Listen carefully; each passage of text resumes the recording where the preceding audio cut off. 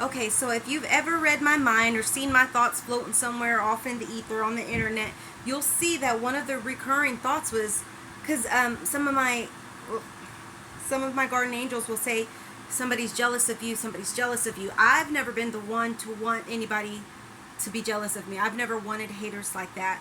And so when they tell me this, I'm like, well, why? Like, what is there to be jealous of? I've had my identity stolen. I've had mass on a worldwide scale humiliation. Like, I've have people watching me use the restroom, watch me eat, sleep. No one will help me. Police won't help me. FBI won't help me. What is there to be jealous of? And I've thought this. I've just wondered it, a few times. And so I've been trying to kind of be better with the Lord lately, because ain't no telling when I'm going to be sniped up out of this earth. So I'm like, let me get in good with, G-O-double-D. And I guess I've been communicating with him more, or at least reading his word, trying something. And so today he answered me. He answers in mysterious ways, and this is what my mom has always told me: the Lord works in mysterious ways. Boy, he does. And so today I wasn't even thinking of the question, what the hell would anybody have to be jealous of? I mean, I've lost everything. I never really had much in the way of material things, and what I have had, they've taken. And also, they got a good tight grip on my sanity. And so I was walking by a gentleman. I had scraped up some change because I wanted to bake bread because I didn't have nothing else to do. And I have flour, and I like to bake bread. It's very stress relieving for me. And I was walking by a man in a wheelchair. It's hot outside in Texas. It's hot, it's humid, it's sticky, it's uncomfortable hot. And I pulled up to Foodland and I walked by him, and I'm just thinking, oh man, I don't have anything to give you. If I have to give, I'll give. That's another one of the things my mom taught me. If I have it, then I'll give it. But if I don't, then don't bug me because we don't have it. And so I've understood that. And so I go by the same thing. If I have it, I'll give. If I don't, I can't. So I had scraped up some change to get some yeast because somebody got rid of the yeast in the house, a hater. And I was walking out. Some lady had given this man, he's sitting in a wheelchair, not talking, just smiling, not asking for nothing, like some cookies.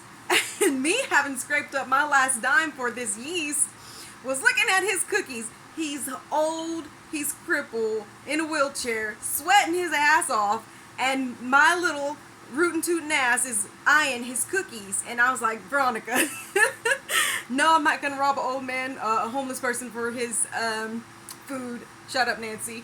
And I was just thinking, see, this is God's way of talking to you. Sometimes he just answers you in mysterious ways. It wasn't even a question that I had been asking recently. I'm like, look at you. You have a car, you have AC, you have your legs, you have, you can walk.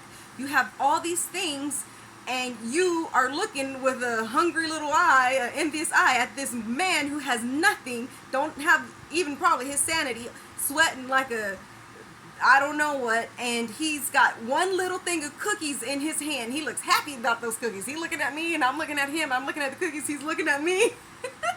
And I'm just like, God bless, and he's smiling at me like, keep walking. I know you want these cookies. You can't have them.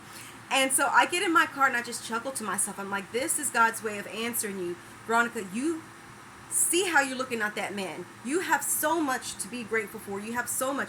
This is why you have to be careful. This is why people are telling you people are jealous of you, and you're like, I don't have shit.